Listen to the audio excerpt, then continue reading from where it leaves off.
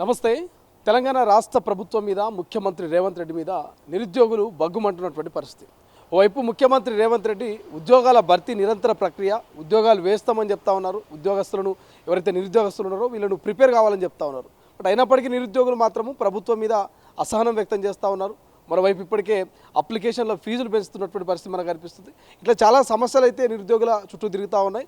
Right, ఒకసారి మాట్లాడే ప్రయత్నం చేద్దాం. చాలా కాలం నుంచి ప్రభుత్వం మీద ఫైట్ చేస్తున్నటువంటి నిరుద్యోగి ఉస్మానియా యూనివర్సిటీ బిడ్డ అస్మా ప్రస్తుతం మనతో పాటు ఉంది. జూబ్లీహిల్స్లో కూడా ఎమ్మెల్యేగా కంటెస్ట్ చేసినటువంటి అభ్యర్థి. సో అస్మా ఏం చెప్తారు? వైపు ముఖ్యమంత్రి నిరంతర ప్రక్రియ అని చెప్తా ఉన్నాడు, 5,000 పోలీసు ఉద్యోగాలు వేయబోతున్నాము, ఇతర పోస్టులు కూడా భర్తీ చేయబోతున్నాం అని చెప్తున్నారు. బట్ ఎందుకు ప్రభుత్వం మీద మీరు నిరసన వ్యక్తం చేస్తున్నారు? ఎందుకు అసహనంగా ఉన్నారు? ఇప్పుడు 30 లక్షల మంది నిరుద్యోగులు ఓటీఆర్ రిజిస్టర్ చేసుకొని ఉన్నారు. ఆఖరికి ఎంత దరిద్రం అంటే తెలంగాణలో విద్యాశాఖ మంత్రి ఆయన దగ్గరనే ఉంది, రేవంత్ రెడ్డి గారి దగ్గర, ముఖ్యమంత్రి ఆయననే, హోంశాఖ ఆయననే. అసలు ఏది అడుగుదామన్న అవకాశం లేకుండా పోయింది.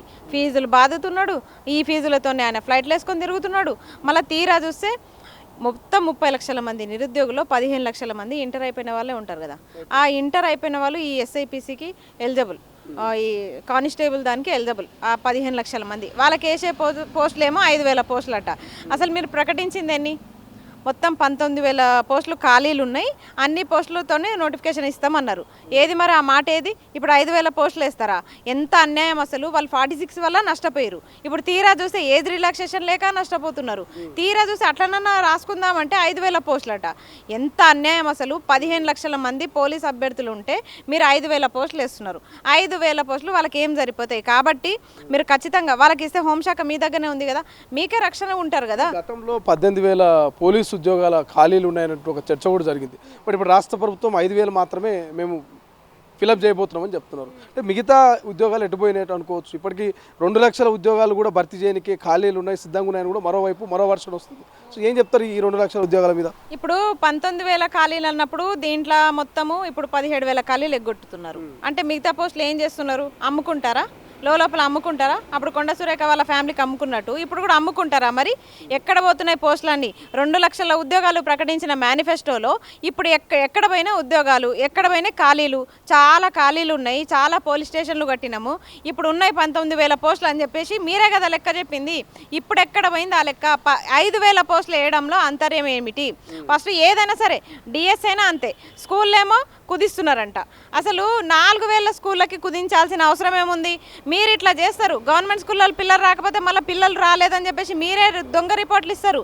అటు నుంచి మళ్ళీ టీచర్ల కొరత, టీచర్లని మళ్ళీ కుదింపు చేసి వాళ్ళని అడ్జస్ట్మెంట్ చేస్తారు. ఈ స్కూల్లో మీరే చెప్పాలి, ఆ స్కూల్లో మీరే చెప్పాలని చెప్పేసి అడ్జస్ట్మెంట్ చేస్తారు. డిఎస్సి పోస్టులు వేయరు. నెక్స్ట్ వచ్చే తతంగం అదే. ఆడ కూడా పోస్టులు ఒక 1,500 1000 వేస్తారు. అక్కడ కూడా పంచాదే నడుస్తుంది. అసలు 20,000 30,000 ఖాళీలు ఉన్నప్పుడు 2,000 3,000 ఎందుకు సరిపోతాయి? ఇవన్నీ కలిపినా కనీసం ఒక 10,000 పోస్టులు అవుతాయా? మొన్న ఇచ్చిర్రు 3 నోటిఫికేషన్లు, మూలుగుకుంటా 3 ఇచ్చి దాంట్లో 300 పోస్టులు కూడా లేవు. అసలు ఎవరి కోసం ఇస్తున్నారు? ఎందుకోసం ఇస్తున్నారు? ఏం నోటిఫికేషన్లు ఇవి? మీకు జూన్ 2 వరకు టైం ఇచ్చినాము, మీరు ఇస్తలేరు. సరే మన మూమెంట్ చేద్దామంటే అందరినీ మళ్ళీ ఈయన టీజీపీఎస్సీ చైర్మన్ బెదిరింపులు. అసలు నిజంగా మీరు ఒక రాజకీయ పార్టీకి సంబంధించిన వ్యక్తా లేకపోతే టీజీపీఎస్సీ చైర్మనా? మీరు చైర్మన్ లెక్క వ్యవహరిస్తున్నారా? మీరైతే రండి, మీరు వస్తే ఇప్పటి నుంచి లీగల్గా యాక్షన్ తీసుకుంటాం అని చెప్పేసి అంటున్నారు కదా. మీరు పదవీ కాలంలో ఎక్కినప్పటి నుంచి 1.5 సంవత్సరం అవుతుంది కదా, ఇప్పటి వరకు ఒక్క నిరుద్యోగితోనైనా ప్రత్యక్షంగా మాట్లాడిరా? బుర్ర వెంకటేశం గారు చెప్పండి, మీరు మాట్లాడే ప్రయత్నం చేసిరా? మరి ఎట్లా తెలుస్తాయి? మా ఏజ్ రిలాక్సేషన్ గురించి అడగాలన్నా ఎవరిని అడగాలి? చిన్నపాటి కార్యకర్తను అడగాలి. ఆ గాంధీ భవన్ పోవాలి, అయ్యా కొంచెం ఏజ్ పెంచండి అని. తప్ప తాగేటోడైనా ఏం తాగేటోడైనా వాని పోయి అయ్యా కొంచెం పెంచండి అని చెప్పేసి వానికి రిప్రజెంటేషన్ ఇచ్చి రావాలి. ఇదేం కర్మ మాకు? పీజీలు డాక్టరేట్లు మేం చేసి అసలు ఏం చదువుకోనని పోయి వానికి అర్థం కాదు, పాడు కాదు, వాని పోయి అధికారంలో ఉన్నాడు కాబట్టి వాని కాలు మొక్కాలి. అసలు ఒక మీడియాలో పనిచేస్తున్న వ్యక్తినైనా పోయి మీరన్నా చెప్పండి. ఏంది దుస్థితి మాకు? కరెక్ట్గా ఒక ఎడ్యుకేషన్ పర్పస్లో, ఒక విద్యారంగంలో కనీసం ఎవరిని కలవాలో చెప్పండి. ఒక ఎమ్మెల్యే గెలవడు, ఒక ఎంపీ గెలవడు. అసలు ఏం నడుస్తుంది తెలంగాణలో? నిరుద్యోగులను ప్రతిపక్షాలే ఉసగొలుపుతున్నాయి. ప్రతిపక్షాలు ఒక రాంగ్ వేలో తీసుకుపోతున్నాయి. ప్రభుత్వం మీద బదలాం చేసే విధంగా, బట్టగాల్సి మీదేసే విధంగా వాళ్ళను రెడీ చేస్తున్నది ఒక చర్చ కూడా వినిపిస్తున్నది. మేము ఇప్పటికే 67,000 ఉద్యోగాలు వేసినాం, ఇంకా వేయనిక సిద్ధంగా ఉన్నాం. బట్ నిరుద్యోగులను రాంగ్ ఫీడ్ చేస్తూ ఉన్నారు అనేది ఒక చర్చ. నిజమేంటారా? అసలు మీరే ఒక సంవత్సర కాలంలో 2 లక్షల ఉద్యోగ నోటిఫికేషన్లు ఇచ్చింటే ఇప్పుడు ప్రతిపక్షాలను అప్రోచ్ అవ్వాల్సిన అవసరం నిరుద్యోగులకు ఏముంది? మీరు చెయ్యకనే కదా నిరుద్యోగులు ప్రతిపక్షాల జోలికి వెళ్తున్నాయి. మీరే కనుక చేసింటే సరే నోటిఫికేషన్లు వచ్చినాయి, ఈ జీవోలు అడ్డున్నాయి, ఇవి కూడా చేస్తారు అన్న ఉద్దేశంతో వీళ్ళందరూ ఆగుతుండ్రి. కానీ ఒక్క నోటిఫికేషన్కి దిక్కు లేదు. ఇచ్చిన నోటిఫికేషన్లు కూడా 18 పోస్టులు 19 పోస్టులతో ఇస్తే అసలు మా కేటగిరీకి వచ్చేసరికి ఆ రోస్టర్ వచ్చేసరికి సరైన రోస్టర్ లేదు. ఆ రోస్టర్కి వచ్చేసరికి మాకు పోస్టులు ఉంటున్నాయి. అసలు ఒక డిస్టిక్కి ఒక పోస్ట్ అని ఉందా? 33 జిల్లాలకి 33 పోస్టులను ఉంటున్నాయి ఒక నోటిఫికేషన్లో. ఎంత ఘోరము! మళ్ళీ ప్రతిపక్షాలను అప్రోచ్ అవుతున్నాయి అంటే ప్రతిపక్షాలను నిరుద్యోగులు అప్రోచ్ అవ్వట్లే, ప్రతిపక్షాలే నిరుద్యోగులను అప్రోచ్ అవుతున్నారు. నిరుద్యోగులు ఎక్కడ కూడా పోరు. ఎందుకంటే ఎవరి అవసరాలకి వాళ్ళు నిరుద్యోగులను వాడుకుంటారు. ఇదైతే జరుగుతుంది. నేను స్వయంగా చూస్తున్నా. నిరుద్యోగుల్ని వీళ్ళు దగ్గరకు వచ్చి వీళ్ళే వాడుకుంటారు తప్ప ఇప్పుడు అధికార పక్షం కాంగ్రెస్ వాళ్ళ అధికారం కోసం అప్పుడు వాడుకున్నారు. ఇప్పుడు సంవత్సరంన్నర అయితే మళ్ళీ ఎలక్షన్స్, ఇప్పుడు అవతల వాళ్ళకి ఛాన్సు. ఇటు బీఆర్ఎస్ వాడుకుంటారు, బీజేపీ వాడుకుంటుంది. ఎందుకంటే మా దగ్గర సభలకు డబ్బులు ఉండవు, కోర్టు కేసులకు డబ్బులు ఉండవు. అసలు ఇప్పుడు బతుకుడే కష్టంగా ఉంది నిరుద్యోగులు. అదే సాయిబాబా టెంపుల్ దిల్సుఖ్ నగర్లో, ఇక్కడైతే అశోక్ నగర్లో 5 రూపాయల క్యాంటీన్, లైబ్రరీ ముందు. ఇక్కడ మా ఉస్మానియాలో అయితే హాస్టల్లో ఏదో అరకొర భోజనం తినక పురుగులు పడ్డానము, బొద్దింకలు వస్తాయి, బల్లులు వస్తాయి, ఇక అవసరమైతే డైనోసార్లు కూడా వస్తాయి. అవి కూడా కోసుకొని తినేటట్టు ఉంది పరిస్థితి. అట్లా ఉన్న హాస్టల్స్, అట్లా ఉన్న ఫుడ్ కూడా తినుకుంటా నిరుద్యోగులు ఉంటున్నారు. ఇప్పుడు ఏం లేని వాళ్ళకి మొన్న నేను ఒక సభలో చూసిన, ఏది దిల్సుఖ్ నగర్లో.